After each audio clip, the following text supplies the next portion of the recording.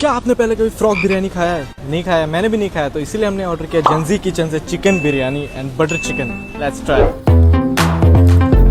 Try Gen Z Gen Z Gen Z Gen Z Gen Z Gen Z Gen Z Gen Z this is Gen Z butter chicken.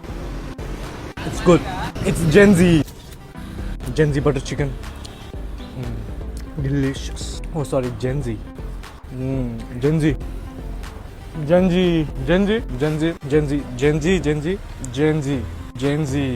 So thank you for all this. And यहाँ पे 5-star rating मैं दे रहा हूँ आपको। Love the food, amazing. Please order guys. तो अगर आपको bulk में ऑर्डर करना है इनसे, वो भी अवेलेबल है। ये कॉन्टैक्ट पे आप जाके कॉन्टैक्ट कर लेना उनको। एंड जो मैंने Gen Z बोला, इन्होंने बोला था कि जितना हो सके उतना जेंजी वर्ड का यूज़ करना है, इसीलिए हमने पूरा रिव्यू ही जेंजी में बोल दिया है। Thank you so much. But इनका खाना बढ़िया था।